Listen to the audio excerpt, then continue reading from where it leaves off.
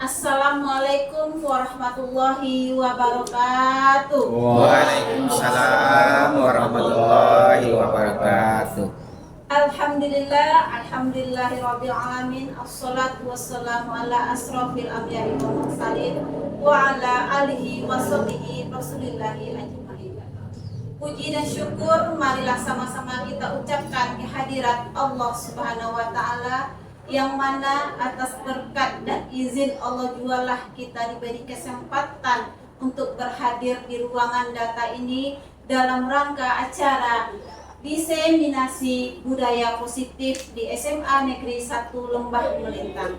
Salawat beserta salam tak bosan-bosan yang kita hadirkan buat baginda Rasulullah SAW berupa doa Allahumma sholli ala Sayyidina Muhammad wa ala ali Sayyidina Muhammad. Yang sama-sama kita hormati Bapak Kepala Sekolah yang berhadir pada saat sekarang ini, yang sama-sama kita hormati Bapak Ibu guru hebat. Semoga acara kita ini diberi kelancaran oleh Allah Subhanahu wa taala. Amin amin. Baiklah, susunan acara kita pada saat sekarang ini adalah yang pertama pembukaan yang sedang berlangsung. Untuk memulai kegiatan yang kedua, marilah sama-sama kita membacakan basmalah. Bismillahirrahmanirrahim. Acara selanjutnya yaitu menyanyikan salah satu lagu wajib kepada Bapak Ibu guru hebat, diharapkan berbahagia.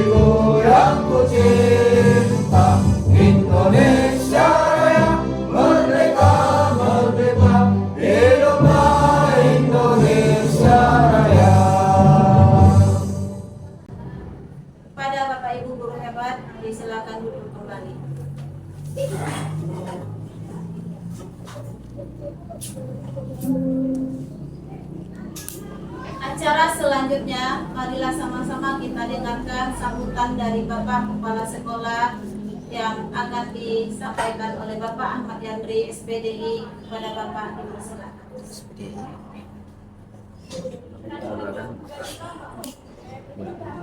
Bismillahirrahmanirrahim. Assalamualaikum warahmatullahi wabarakatuh. Waalaikumsalam warahmatullahi wabarakatuh. Alhamdulillahirabbil alamin. Wa wassalatu wassalamu ala asrofil anbiya'i wal mursalin wa ala alihi wa ashabihi rasulillahi ajma'in. kembali kita segenap yang hadir di ruangan data ini mengaturkan rasa syukur kehadiran Allah Subhanahu wa taala, di mana di sore hari ini mulai dari tadi pagi sampai sore ini kita telah dapat tentunya berpikir, berbuat dan bertindak untuk kebaikan kemajuan di sekolah kita. Dan di sore hari ini kita terkhusus mengadakan kegiatan atau acara menghadiri bagaimana nanti guru kita Ibu Erlina yang alhamdulillah menjadi calon guru penggerak angkatan 11 perwakilan SMAN 1 Demak Melintang. Kemudian salawat dan salam mari kita kirimkan kepada baginda Rasulullah Sallallahu Alaihi Wasallam berupa lafaz Allahumma sholli ala Sayyidina Muhammad wa ala ali Sayyidina Muhammad. Yang kami hormati Bapak Ibu unsur pimpinan yang hari ini alhamdulillah hadir membersamai kegiatan Bu Erlina SPD, dan yang kami hormati terkhusus Bu Erlina selaku wakil kurikulum dan juga hari ini atau saat ini sebagai calon guru penggerak angkatan 11, dan yang kami hormati Bapak Ibu semuanya tanpa terkecuali, di mana kegiatan ini tepatnya hari ini itu kita bisa melihat secara bersama tentang aksi nyata diseminasi budaya positif. Ini berada di modul 1.4. Bapak Ibu semuanya, pertama sekali kita berharap apapun materi yang kita dengarkan, yang kita diskusikan, yang kita sama-sama bahas hari ini hendaknya bermanfaat untuk kita bersama. Karena Bapak Ibu, kalau kita bicara tentang budaya positif, itu adalah nilai-nilai, itu adalah kebiasaan positif yang tentunya bermanfaat khususnya di lingkungan SMA 15 Melintang. Moga Bapak Ibu semua dengan pembahasan yang akan disampaikan Bu Erlina SPD nanti ini bisa memberikan pengaruh dorongan kuat untuk kita bersama. Bagaimana kita nanti nama budaya positif ini itu tidak hanya slogan Bapak Ibu semua, melainkan kita berangsur-angsur, kita secara pelan-pelan melaksanakan kegiatan berbagai iktikat baik yang memberikan dampak positif kepada sekolah kita. Jadi Bapak Ibu semua, mari kita ikuti acara ini dengan baik dan juga kita ambil hikmah apa yang disampaikan oleh Ibu Erlina. Mudah-mudahan kegiatan ini mulai dari awal sampai akhir nanti berjalan dengan baik. Demikian saja Bapak Ibu semuanya, kami akhiri. Assalamualaikum warahmatullahi wabarakatuh. Waalaikumsalam warahmatullahi wabarakatuh.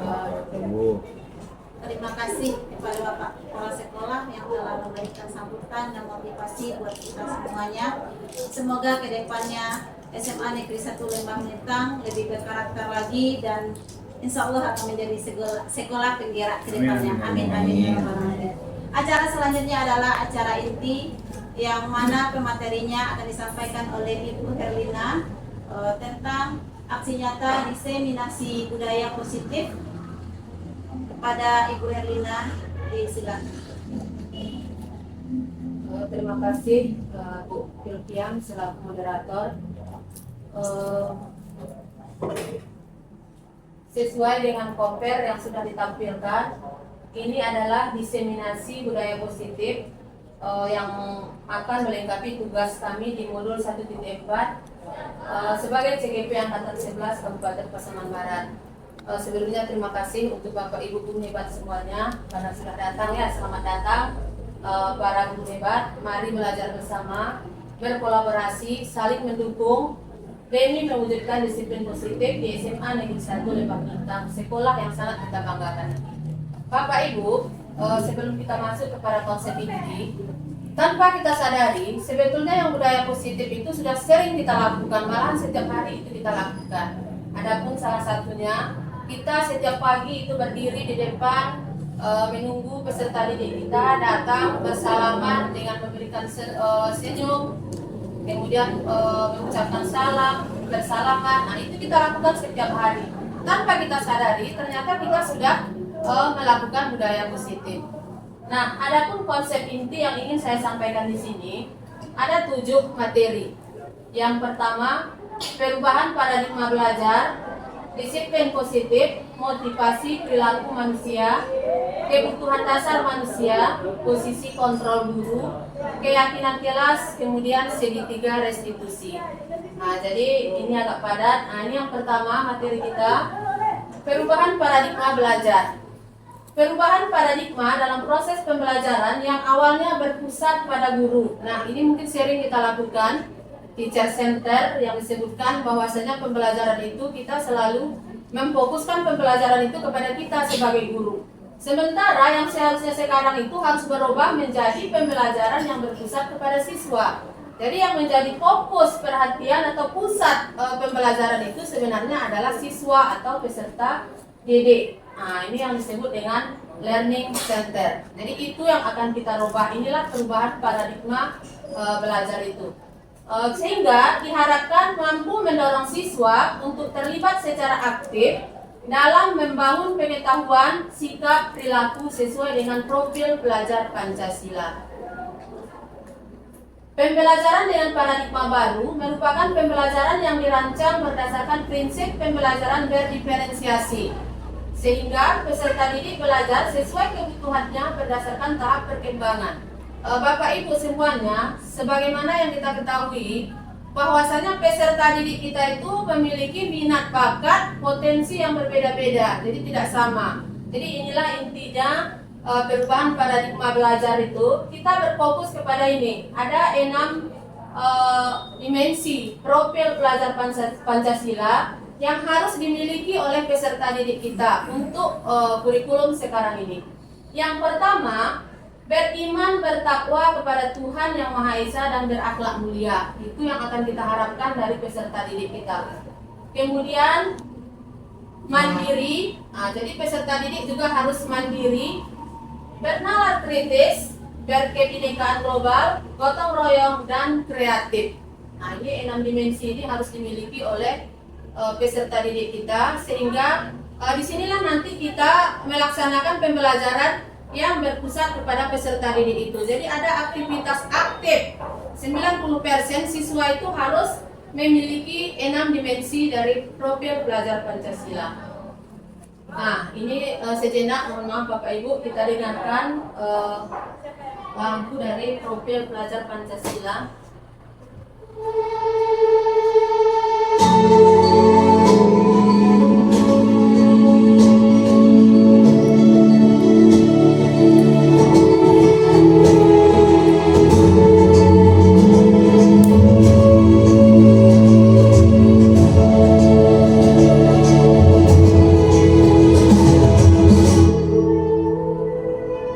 Ayo memilih apa yang harus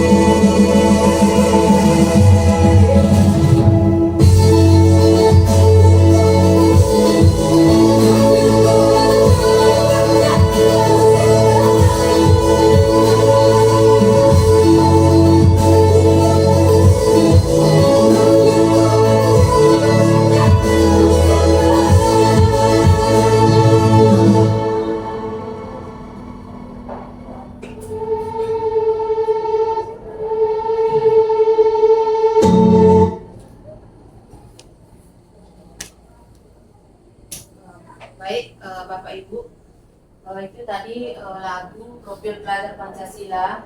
Dari video tersebut kita bisa melihat perbedaan dari peserta didik. Dan kalau kita lihat tadi di akhir video, itu semuanya berhasil. Malahan ada yang bisu tadi. Nah, itulah paradigma belajar sekarang. Bahwasanya kita tidak bisa memvonis bahwasanya anak yang cacat itu tidak memiliki masa depan. Nah, itulah kira-kira. Kemudian kita lanjut kepada materi yang kedua, budaya positif. Budaya itu kita artikan sebagai kebiasaan. Kemudian positif adalah kebaikan. Berarti kita simpulkan budaya positif itu berarti kebiasaan baik yang kita terapkan di lingkungan sekolah. Budaya positif adalah nilai-nilai, keyakinan, kebiasaan yang dilakukan di sekolah dan berpihak pada murid, sehingga pada prosesnya dapat mewujudkan murid yang berpribadi kritis, memiliki rasa hormat, disiplin, dan bertanggung jawab. Bapak Ibu, apakah semua murid kita ini sudah kita lihat memiliki budaya positif ini?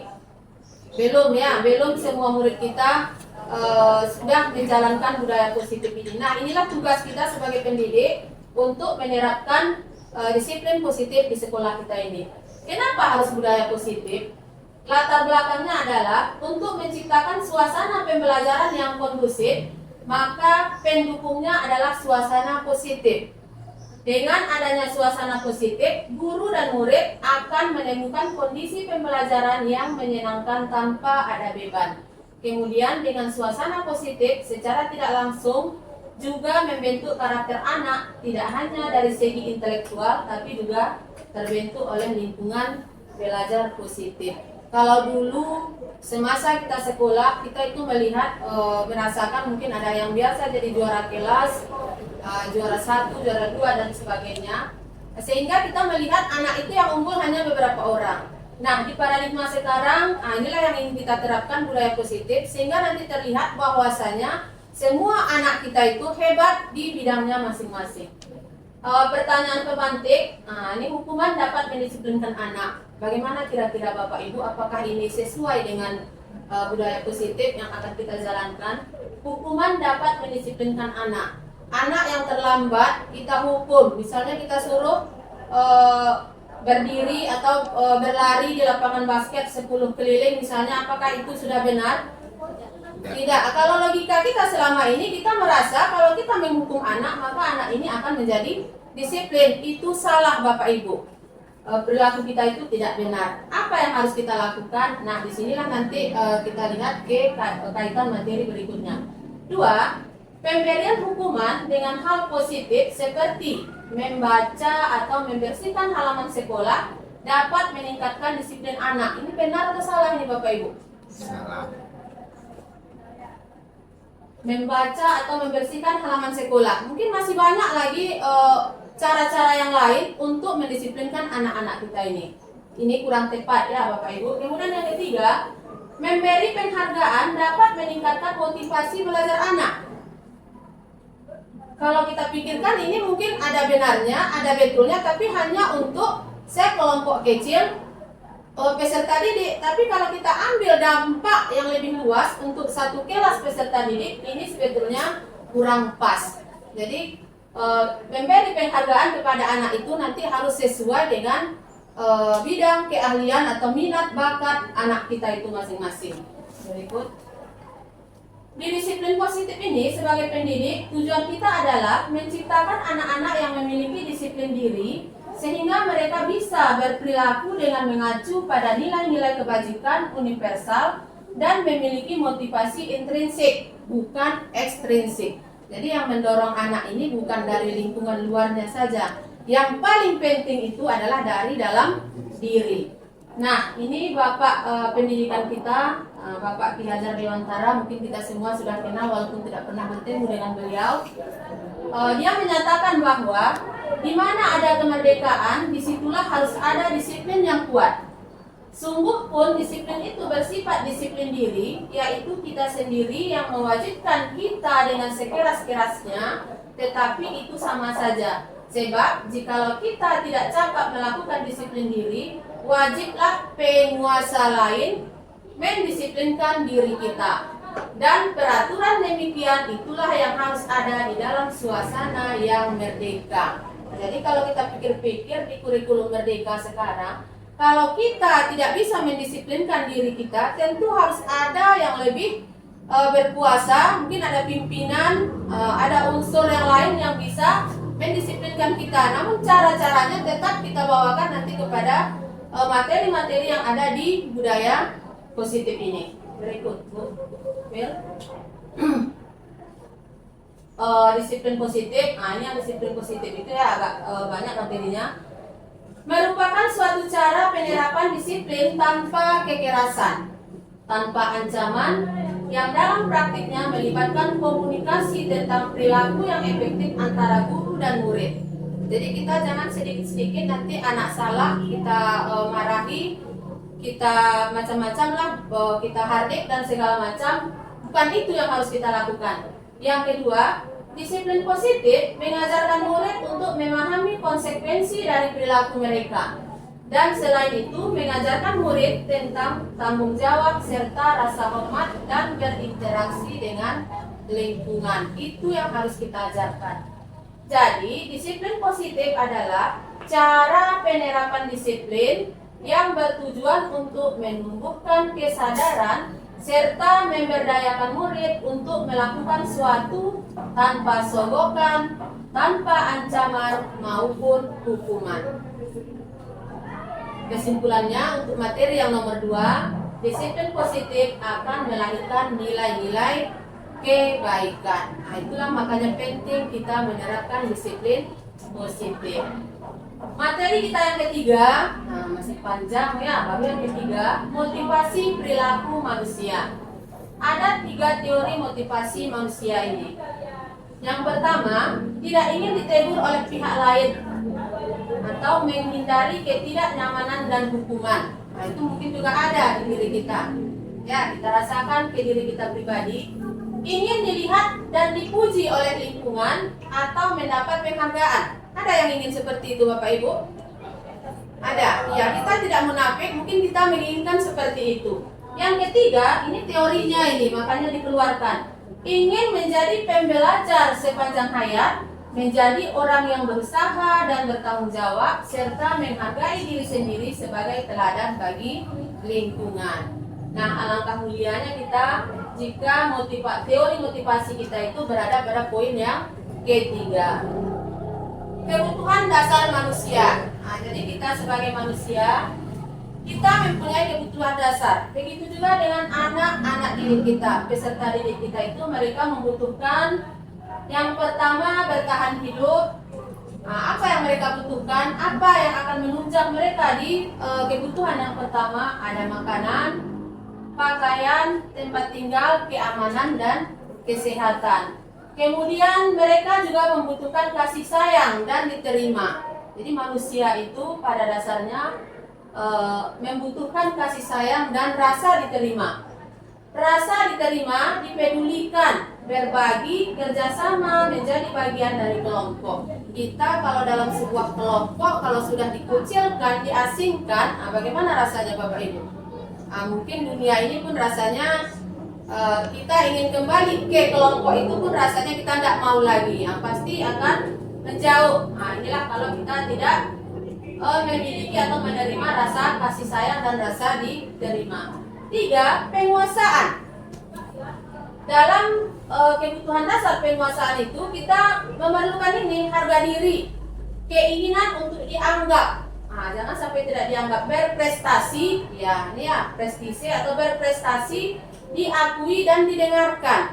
Jadi kalau sempat diacuhkan saja, rasanya kita ini tidak memiliki, tidak menguasai apa-apa, seperti itu. Kemudian kita juga membutuhkan kebebasan. Begitu juga peserta didik kita. Mereka ingin bebas, mandiri, memiliki pilihan, mencoba hal baru, mampu mengendalikan dirinya. Nah, kamu harus hebat matematika, jangan dipaksakan. Jika anaknya melihat guru matematika saja sudah stres, jangan kita paksa juga dia harus hebat di matematika. Itu tidak bisa. Jadi berikan dia kebebasan. Kemudian yang kelima, kesenangan. Kesenangannya itu apa? Di sini mungkin ada indikatornya itu bermain, butuh humor dia, butuh antusiasme, kemudian tertawa, jadi happy. Yang namanya kesenangan dia senang melakukan apa. Dia kalau kesenangan ini bisa juga nanti apa contohnya nih? Dia senang misalnya di olahraga, dia senangnya bermain basket. Berarti itulah kesenangannya. Begitu Bapak Ibu. Berikut, ini apa ini Bu? Speaking. Oh, speaking. Ya, nampaknya sudah mulai anggu-anggu ya Pak Aulia Hadi sama Pak Andri ini, entah karena dingin. Kita ice breaking dulu sebentar, berarti kita berdiri ya. Mohon maaf ini Ustadz, kalau ice breakingnya mungkin agak kurang. Silakan berdiri Bapak Ibu. Corona mana vaksin? Hidup lampunya. Lampu mic. Hidup. Sudah bosan mendengar berita COVID.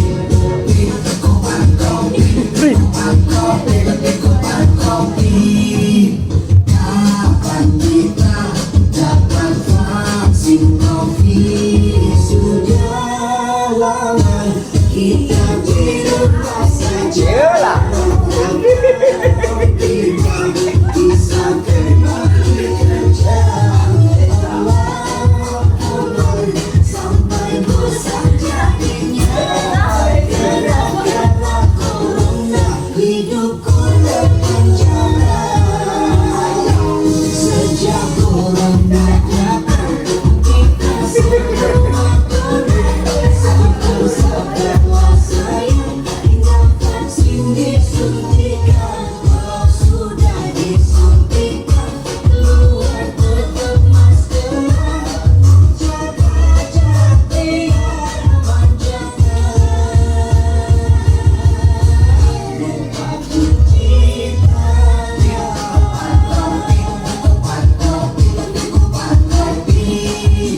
sudah bosan mendengar berita COVID.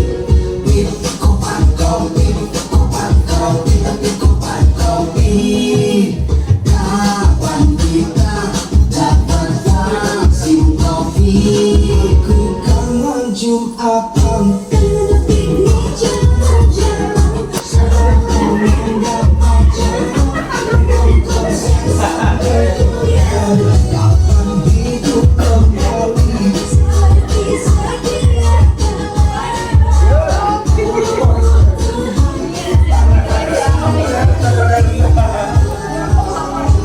sejak corona datang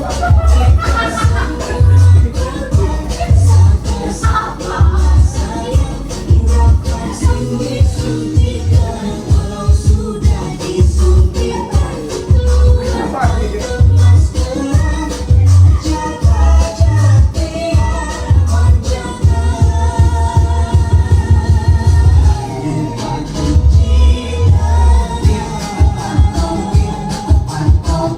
lupa cuci sudah bosan mendengar berita COVID. Kopan COVID. Kapan kita dapat vaksin COVID?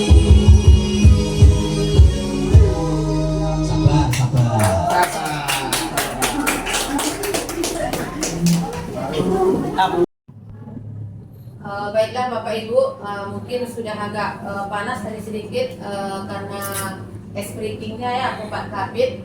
Corona, mudah-mudahan corona tidak kembali lagi ke negara kita. Ya. Baik, kita lanjut kepada materi yang kelima. Materi kita ada 7, jadi sabar ya Bapak Ibu. Yang kelima, posisi kontrol guru. Jadi kita sebagai guru, kita harus tahu posisi kita itu sebagai apa saja. Apa yang sudah kita lakukan selama ini. Yang mana posisi kita itu ada 5. Yang pertama, guru sebagai penghukum, guru sebagai pembuat merasa bersalah, guru sebagai teman, guru sebagai pemantau, kemudian guru sebagai manajer. Jadi dari yang kelima ini nanti kita lihat mana yang sudah pernah kita lakukan dan posisi mana sebetulnya yang paling baik kita lakukan. Nah, ini posisi yang pertama, posisi kontrol guru sebagai penghukum.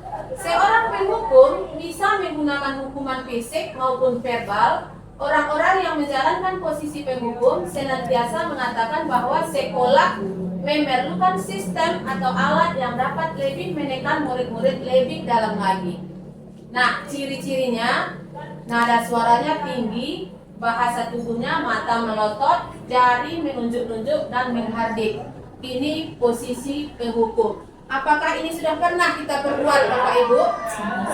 Pernah kita lakukan secara tidak sadar. Ternyata perbuatan kita itu kita berada pada posisi penghukum. Nah, kita angsur-angsur, kita masuk ke paradigma baru. Posisi ini mari sama-sama kita tinggalkan. Kita lihat yang kedua. Posisi kontrol pembuat merasa bersalah. Jadi guru ini pada posisi ini biasanya guru akan bersuara lebih lembut. Pembuat rasa bersalah akan menggunakan keheningan yang membuat orang lain merasa tidak nyaman, bersalah atau rendah diri. Nah, cirinya nada suaranya memelas, halus, sedih, bahasa tubuh merapat pada anak lesu. Jadi dia berperilaku, kita ya sebagai guru berperilaku dengan bahasa, dengan apa yang kita ucapkan, anak merasa bersalah kepada kita. Seperti itu. Ini posisi misalnya ada anak yang sering terlambat, ada guru BK misalnya ini yang setiap pagi menangani kasus anak yang terlambat, si A terlambat juga. Datang kata guru BK-nya, "Nak, apa kamu tidak kasihan melihat ibu? Apa kamu tidak kasihan melihat bapak?" Nah, dia membela seperti itu, padahal sebetulnya dia sudah menciptakan sehingga anak ini merasa bersalah. Apa salahnya guru menjadi sedih gara-gara dia selalu terlambat datang ke sekolah. Nah, ini posisi yang ketiga. Posisi kontrol sebagai teman. Guru pada posisi ini tidak akan menyakiti murid, namun akan tetap berupaya mengontrol murid melalui persuasi. Posisi teman pada guru bisa negatif atau positif. Positif di sini berupa hubungan baik yang terjalin antara guru dan murid. Guru di posisi teman menggunakan hubungan baik dan humor untuk mempengaruhi seseorang. Cirinya nada suara ramah, akrab, dan bercanda. Jadi seolah-olah kita ini berteman dengan anak murid kita. Bahasa tubuh merapat pada murid, mungkin dengan kedipan mata. Ini bukan yang negatif ya Bapak Ibu. Mungkin seloroh-selorohnya, senyum jenaka. Jadi posisi ini pun sebetulnya ini kurang tepat untuk kita. Terlalu dekat kita dengan murid, nanti malahan di bawah kita tidak nampak lagi. Kita seolah-olah sudah sama dengan murid-murid kita. Posisi yang keempat, pemantau. Nah, guru sebagai pemantau. Memantau berarti mengawasi. Pada saat kita mengawasi, kita bertanggung jawab atas perilaku orang-orang yang kita awasi. Posisi memantau berdasarkan pada peraturan-peraturan dan konsekuensi. Dengan menggunakan sanksi atau konsekuensi, kita dapat memisahkan hubungan pribadi kita dengan murid sebagai seorang yang menjalankan posisi pemantau. Jadi jangan nanti ada permasalahan pribadi kita dengan murid, ini kita bawa pula ke sekolah ya. Dan kita di sini sebagai posisi pemantau, ini nanti akan bercirikan nada suara datar. Jadi dia tidak keras, tidak lunak, tapi datar saja. Bahasa tubuh yang formal. Jadi dia hanya memantau kesalahan-kesalahan anak itu dipantaunya. Kenapa kira-kira anak itu seperti itu? Terakhir, posisi kontrol sebagai manajer. Nah, di posisi manajer, posisi di mana guru berbuat sesuatu bersama dengan murid, mempersilahkan murid mempertanggungjawabkan perilakunya, mendukung murid agar dapat menemukan solusi atas permasalahannya sendiri. Seorang manajer telah memiliki keterampilan di posisi teman maupun pemantau. Dan dengan demikian, bisa jadi di waktu-waktu tertentu kembali kepada kedua posisi tersebut bila diperlukan. Jadi setelah kita lihat Bapak Ibu, dari kelima posisi itu, yang paling baik itu adalah posisi kelima, yaitu posisi kontrol sebagai manajer. Inilah yang harusnya kita lakukan kepada peserta didik kita. Nah, ini ada beberapa dialog. Di kolom pertama ada beberapa pertanyaan. Kita akan mencoba Bapak Ibu. Tadi sudah ada 5 posisi. Masih ingat ya? Posisi sebagai penghukum, sebagai pembuat merasa bersalah, sebagai teman, pemantau, dan sebagai manajer. Di antara 5 percakapan ini meliputi 5 posisi kontrol guru itu. Coba kita amati yang pertama. Ibu atau saya berbicara kepada peserta didik, saya kecewa sekali dengan kamu. Nah, kira-kira ini posisi kita sebagai guru ini di mana ini posisi kita? Membuat bersalah. Membuat bersalah. Ah ya, ternyata jawabannya pas. Berarti materinya sudah bisa diterima ya Bapak Ibu. Mantap, luar biasa. Kemudian yang kedua, kamu tidak pernah benar melakukannya. Kamu tidak pernah benar melakukannya. Apa? Penghukum. Ini coba kita cek Google. Ah iya. Berarti ini posisi guru penghukum itu inilah kata-katanya. Kamu tidak pernah benar melakukannya. Jadi seolah-olah di mata dia itu peserta didiknya salah terus. Nah, kenapa kamu begini ya? Kamu selalu salah. Nah, itu dia posisi guru sebagai penghukum. Ayolah lakukan demi ibu atau demi bapak. Isinya sebagai teman. Sebagai Teman. iya. Ini posisi guru sebagai teman. Jadi dia mengajak, ayolah lakukan demi ibu, demi bapak. Hebat ya, Bapak Aulia Hadi. Kemudian, apakah kamu mau mendapat stiker bintang hari ini? Ada 2 lagi ya, pemantau atau manajer? Mana yang Pemantau. Pemantau. Coba, Bu. Iya. Berarti yang kelima kita buka aja Bupil, berarti ini sebagai manajer. Jadi Bapak Ibu, kira-kira seperti inilah nanti.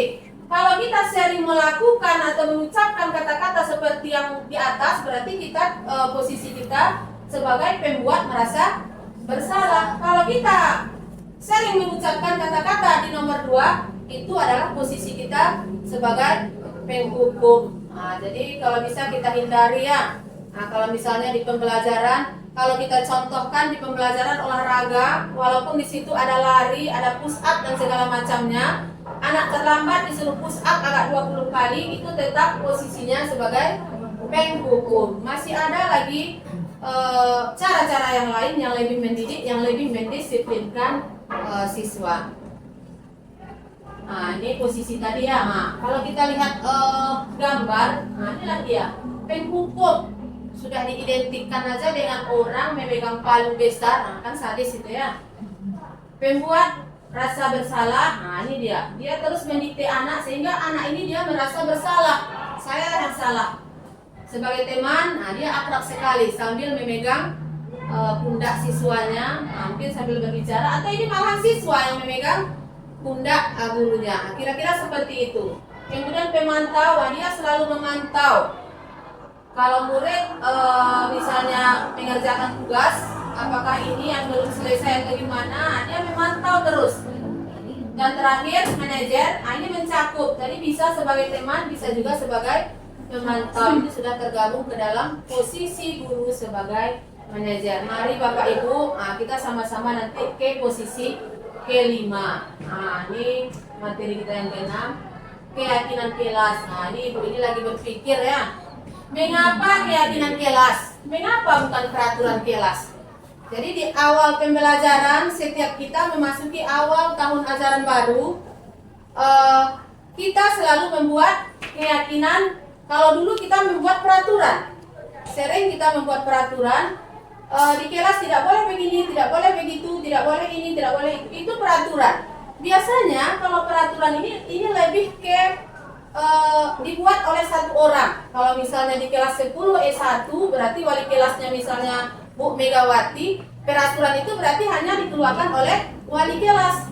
Kalau dia keyakinan kelas, itu adalah kesepakatan kita bersama, keyakinan kita bersama dengan peserta didik. Jadi mana yang lebih baik kita terapkan saat ini? Kita terapkan keyakinan kelas. Masih ada yang terlihat tadi di beberapa kelas itu terpampang peraturan kelas. Jadi nampaknya diseminasi ini masih perlu kita teruskan, Bapak Ibu guru hebat semuanya, kepada seluruh guru-guru kita yang ada di sini. Keyakinan kelas. Nah, ini mengapa tadi keyakinan kelas? Karena Keyakinan kelas itu bersifat lebih abstrak daripada peraturan yang lebih rinci dan konkret. Kemudian, keyakinan kelas berupa pernyataan-pernyataan universal. Kalau saya contohkan, kalau di peraturan dilarang membuang sampah di kelas. Akan agak sadis bahasanya. Coba kalau kita perlunak dia, kita jadikan dia keyakinan. Buanglah sampah pada tempatnya. Mana yang lebih halus kalimatnya? Ya, buanglah sampah. Dia lebih sopan. Makanya kita sepakat kalau sampah itu ada tempat tong sampah atau tempat membuang sampah. Yang ketiga, pernyataan keyakinan kelas senantiasa dibuat dalam bentuk positif. Nah, positif kalimatnya itu semuanya. Keyakinan kelas hendaknya tidak terlalu banyak sehingga mudah diingat dan dipahami oleh semua warga kelas. Keyakinan kelas sebaiknya sesuatu yang dapat diterapkan di lingkungan tersebut. Semua warga kelas hendaknya ikut berkontribusi dalam pembuatan keyakinan kelas lewat kegiatan curah pendapat. Jadi keyakinan kelas itu tak wali kelas saja. Kalau wali kelas yang membuat itu namanya peraturan kelas. Kita jadikan keyakinan kelas sehingga semua apa yang kita yakini, yang kita lakukan di kelas itu kita buat bersama-sama dengan peserta didik. Kemudian yang terakhir, bersedia meninjau kembali keyakinan kelas dari waktu ke waktu. Jadi walaupun keyakinan kelas itu kita buat di awal pembelajaran, itu perlu kita tinjau. Mana tahu ada yang perlu ditambahkan atau ada yang bisa dikurangi. Perbedaan peraturan dan keyakinan. Nah, ini dia perbedaannya. Kalau di peraturan selalu kembalikan buku ke tempatnya. Nah, coba. Selalu kembalikan buku ke tempatnya. Kalau di keyakinan kelas dia lebih membuatnya sebagai tanggung jawab karena kita peserta didik bertanggung jawab. Kalau buku sudah diambil, dipinjam, nanti kembalikan lagi ke tempatnya.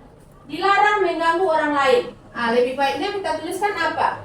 Menghormati orang lain. Jadi kalimatnya itu lebih ke kalimat yang positif. Nah, dan berikut, hadir di sekolah 15 menit sebelum pembelajaran dimulai. Lebih baik kita berkomitmen. Kalau sudah berkomitmen, tentu kita akan menepati janji. Dilarang melakukan kekerasan. Nah, itu keyakinan kelasnya. Untuk apa? Kenapa itu dilarang? Demi menjaga keselamatan atau menghormati orang lain. Dilarang merokok. Kenapa dilarang merokok? Nah, lebih ke cenderung menjaga kesehatan. Nah, ini dia keyakinannya. Bergantian atau menunggu giliran. Menghormati orang lain atau belajar bersabar. Itu nilainya. Nilai dari peraturan tadi. Kalau kita tidak biasa antri, nah, di pom bensin udah jelas antrian sepanjang-panjangnya, mau menerobos kita ke depan, nah itu tidak sesuai. Kita harus bersabar sesuai dengan antrian kita. Gunakan masker. Kenapa orang menggunakan masker? Nah, tadi kita sudah kopat kapit ya. Katanya sudah bosan pakai masker. Nah, lebih kalau keyakinan kelasnya untuk menjaga kesehatan dan untuk keselamatan. Jangan berlari di kelas atau koridor. Sama. Nilai yang terkandung di situ juga keselamatan dan keamanan. Nah, ini beberapa dokumentasi dalam pembentukan keyakinan kelas. Jadi awalnya kita buat tadi beberapa peraturan, nanti kita turunkan menjadi keyakinan. Jadi bukan kita sebagai guru mata pelajaran yang masuk ke kelas yang membuat aturan itu sendiri, namun kita berkolaborasi dengan peserta didik kita. Jadi mereka surahan pendapatnya dituliskan pada stick note, nanti akan coba lanjutkan Bupil. Nah, ini ditempel ya, lalu kita ambil kesimpulan apa saja yang diinginkan oleh peserta didik, nanti baru kita rubah dia ke kalimat positif dalam bentuk keyakinan kelas. Kalau yang di awal tadi dia datang tepat waktu, ada yang menuliskan dilarang datang terlambat. Nah, dia sudah dirubah ke kalimat positif, datang tepat waktu. Nah, inilah kira-kira beberapa kegiatan yang berkaitan dengan, nah ini contoh keyakinan kelas di kelas 10 E1. Terakhir, materi kita yang terakhir adalah segitiga restitusi. Dari ketujuh materi ini, puncak dari materi kita sebenarnya adalah segitiga restitusi. Jadi dalam setiap kasus permasalahan yang dilakukan oleh peserta didik kita, sebaiknya kita menyikapinya dengan melaksanakan segitiga restitusi ini. Awalnya memang sulit. Nah, kami juga, saya sebagai CGP juga awalnya merasa agak sulit untuk melakukan ini. Cuman karena sudah dicoba, memang dia salah satu solusi yang terbaik untuk mengatasi permasalahan dari peserta didik kita. Kita lihat dulu restitusi itu apa. Restitusi adalah proses menciptakan kondisi bagi murid untuk memperbaiki kesalahan mereka. Jadi murid kita ini banyak kesalahannya, sehingga mereka bisa kembali pada kelompok mereka dengan karakter yang lebih kuat.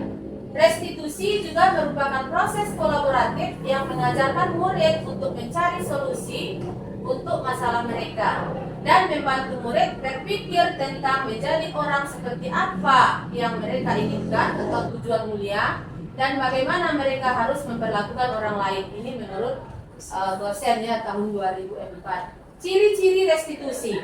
1. Bukan untuk menebus kesalahan, namun untuk belajar dari kesalahan. Yang kedua, memperbaiki hubungan. Tawaran bukan paksaan. Restitusi menuntut untuk melihat ke dalam diri. Restitusi mencari kebutuhan dasar yang mendasari tindakan. Restitusi diri adalah cara yang paling baik. Restitusi fokus pada karakter bukan tindakan. Restitusi fokus pada solusi.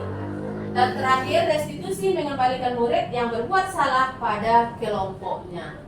Nah, ini dia model segitiga restitusi. Ada 3 tahapan dalam segitiga restitusi itu. Yang pertama, menstabilkan identitas. Yang kedua, validasi tindakan yang salah.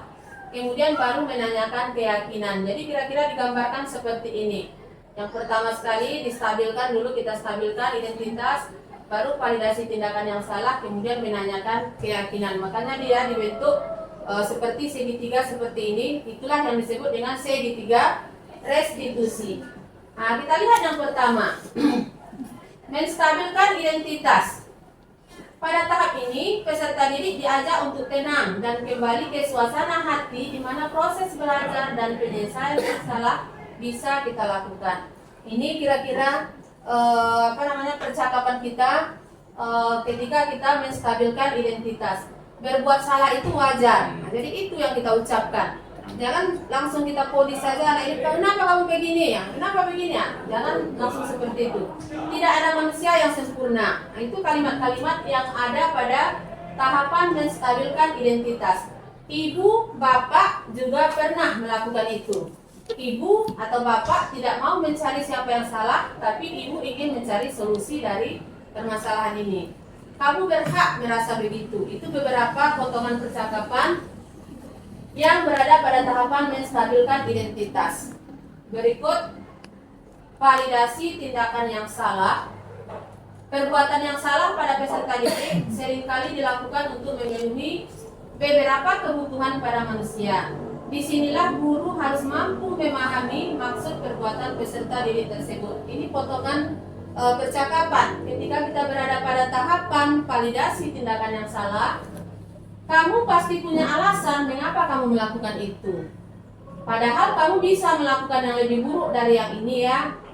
Kamu patut bangga karena telah melindungi sesuatu yang penting buatmu. Kamu melakukannya karena mempertahankan sesuatu yang penting bagimu. Nah, ini kalimat-kalimat pada tahapan kedua. Kemudian yang terakhir, menanyakan keyakinan. Segitiga restitusi yang terakhir, kita berada pada tahapan yang ketiga. Peserta didik siap untuk dihubungkan dengan nilai-nilai yang dia percaya dan menjadi orang yang dia inginkan. Apa keyakinan kelas kita? Tadi di awal tahun pembelajaran kita sudah sepakat dengan keyakinan kelas yang kita buat. Jadi ini yang kita tanyakan di tahapan ketiga ini, kita menanyakan keyakinan itu lagi. Nilai-nilai apa yang telah kita sepakati bersama? Seperti apa gambaran sebuah kelas yang ideal? Nah, boleh seperti itu. Kamu ingin menjadi orang seperti apa? Nah, ini tahapan dari segitiga restitusi. Berikut, nah ini contoh ya, contoh penerapan segitiga restitusi. Kita sadar dan kita mau memperbaiki kesalahan kita tersebut. Ibu ingin tahu sekarang Tentunya pasal punya alasan kenapa melakukan itu tadi di kelas. Coba kamu pikirkan. Saya sebetulnya tidak ingin mengabaikan panggilan ibu tadi, tetapi saya merasa bosan dan ingin menghilangkan rasa jenuh di pikiran saya. Oh, jadi begitu. Sekarang ibu kan tahu alasan pasal tadi bermain game. Lalu apa rencana pasal untuk memperbaiki kesalahan pasal? Coba pikirkan. Saya tidak akan mengulanginya lagi, Bu. Nah, sekarang mari kita berbicara tentang keyakinan kelas dan keyakinan sekolah yang sudah kita percaya. Yang mana yang kita percaya, yang mana yang belum kita wujudkan. Keyakinan kelas yang saya langgar adalah fokus dan aktif dalam pembelajaran. Ya, bagus. Berarti kamu ingat tentang keyakinan kelas yang sudah kita sepakati di awal tahun pembelajaran. Iya, Bu. Jadi menurut pasal sudah menjalankan semua keyakinan kelas yang sudah kita sepakati bersama atau belum? Belum, Bu. Belum semua saya jalankan. Nah, sekarang mari kita memindahkan keyakinan kelas kita supaya ke depannya lebih baik lagi. Apa rencana pasal kira-kira? Saya akan fokus dan aktif dalam pembelajaran dan tidak akan bermain game ketika pembelajaran sedang berlangsung. Saya bagus. Semoga pasal bisa melaksanakan rencananya. Apabila di kemudian hari nanti pasal melihat teman-teman yang bermain game, pasal bisa mengingatkan keyakinan kelas yang sudah kita sepakati bersama. Yes. Nah, baik. Terima kasih pasal sudah mau menemui ibu. Jadi mari kita bersama-sama untuk senantiasa memperbaiki kesalahan kita. Lebih baik lagi ke depannya. Tetap semangat ya belajarnya. Jangan ulangi lagi kesalahan. Silahkan sekarang pasal kembali lagi ke kelas. Baik, Bu. Terima kasih, Bu.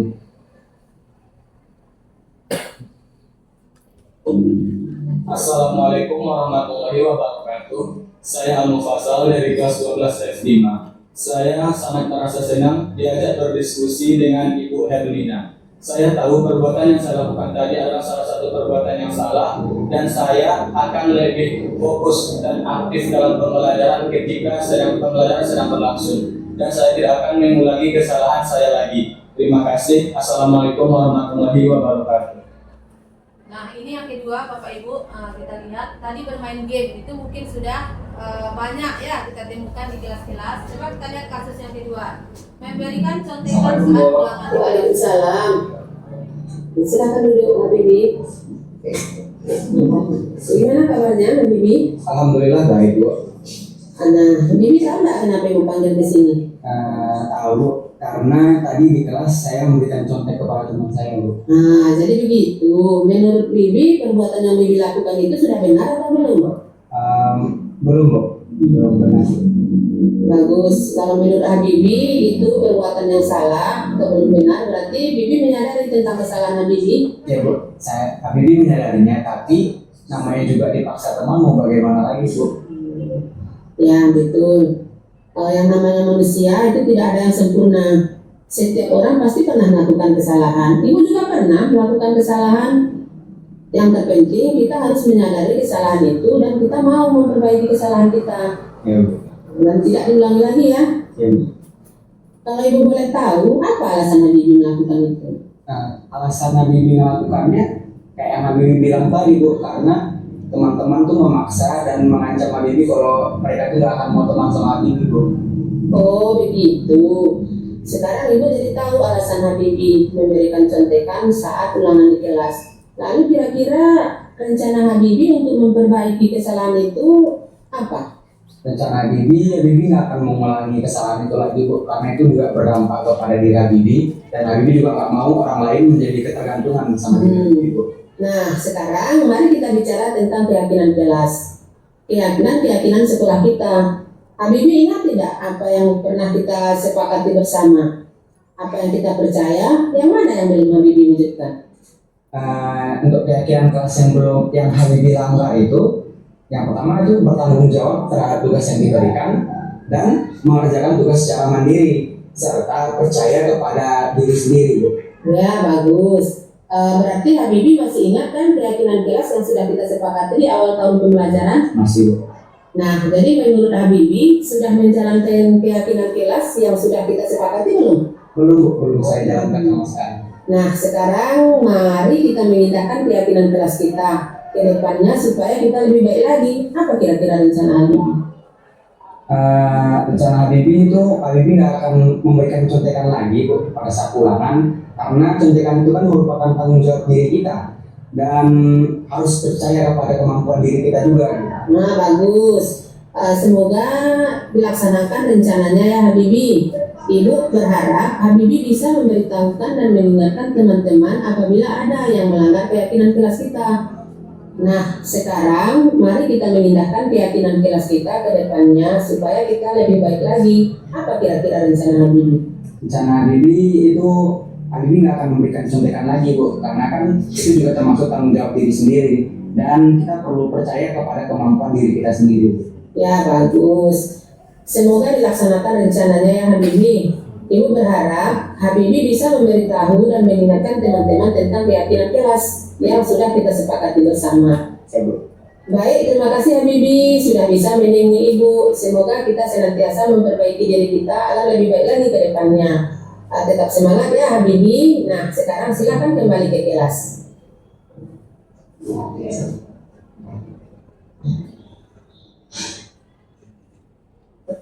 Assalamualaikum warahmatullahi wabarakatuh.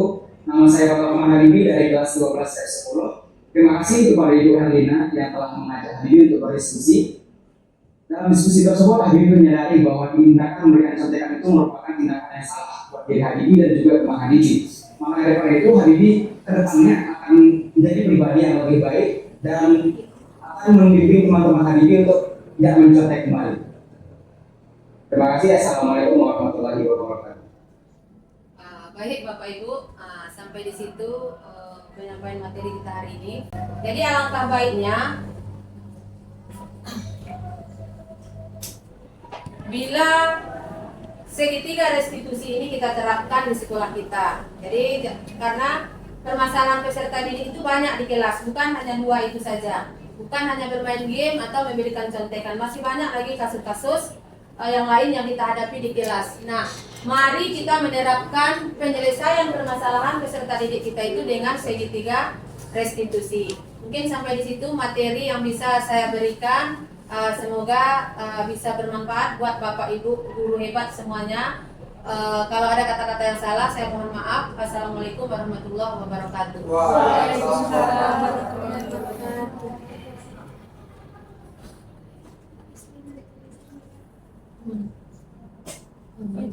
Terima kasih yang disampaikan kepada Ibu Herlina. Ada satu lagi kegiatan kita itu kepada Bapak Ibu guru hebat, kalau ada yang mau ditanyakan silahkan kita berdiskusi kepada Bapak Ibu guru hebat, atau yang memberikan refleksi terhadap kegiatan kita hari ini kepada Ibu Bapak guru hebat diharapkan. Nah, silakan Bapak Uli Hadi. Terima kasih kepada Ibu Dunia lagi moderator dan memberikan waktunya kepada saya.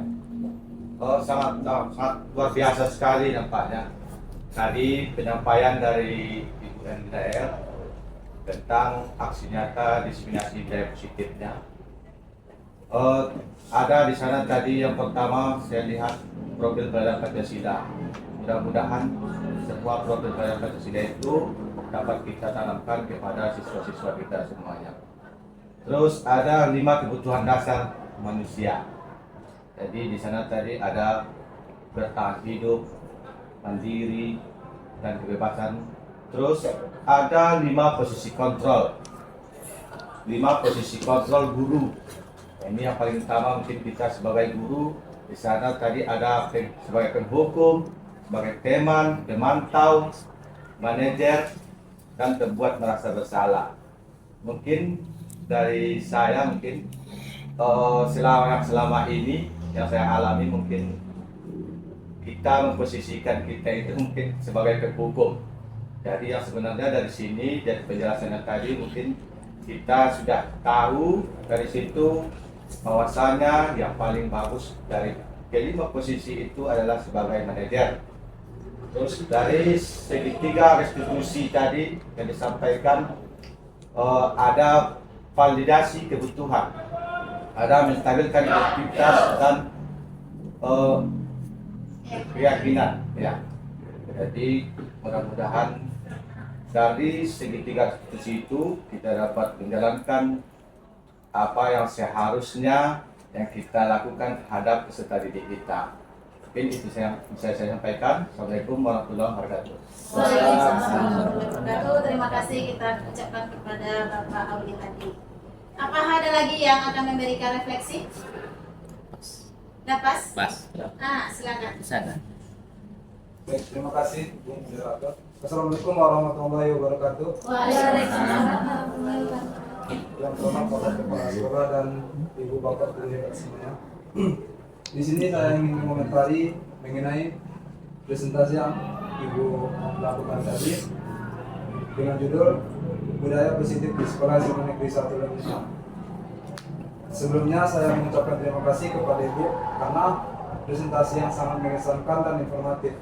Penjelasan yang detail mengenai konsep budaya positif bersama dengan langkah-langkah praktif dan memberikan wawasan yang sangat berharga bagi kami tenaga pendidik, dan juga menyajikan materi dengan cara yang jelas dan menarik, menyediakan berbagai contoh yang sudah dijelaskan tadi dan memudahkan kami untuk memahami dan mengimplementasikan ide tersebut di sekolah ini dan menjadi pedoman sebagai tenaga pendidik. Kira-kira seperti itu, dan juga ini diharapkan menjadi materi semesta. Jadi ini akan diberikan keberlanjutan terkhusus untuk guru-guru yang dikategorikan sudah senior, yang akan mengalihkan dari kurikulum sebelumnya kepada kurikulum mereka. Karena menurut yang saya amati itu sangat bertolak belakang dan sangat relevan untuk masa yang sekarang. Jadi diharapkan ini menjadi ilmu yang bisa diterapkan kepada guru-guru yang ada di sekolah-sekolah lainnya. Kira-kira seperti itu. Saya kembalikan moderator. Assalamualaikum warahmatullahi wabarakatuh. Waalaikumsalam warahmatullahi wabarakatuh. Kita kasih dulu aku untuk. Alhamdulillah dari kegiatan dari awal sampai akhirnya berjalan dengan lancar. Saya sebagai moderator, kemudian ada Bapak Kepala Sekolah yang dari awal sampai akhir senantiasa meluangkan waktunya.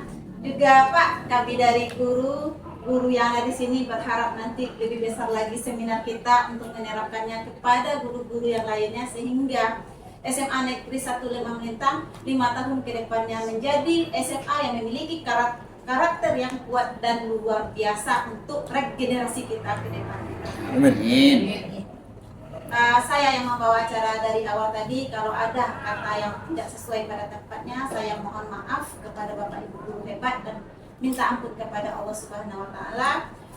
Akhir kata saya sudahi, wabillahi taufiq wal hidayah. Wassalamualaikum warahmatullahi wabarakatuh. Waalaikumsalam.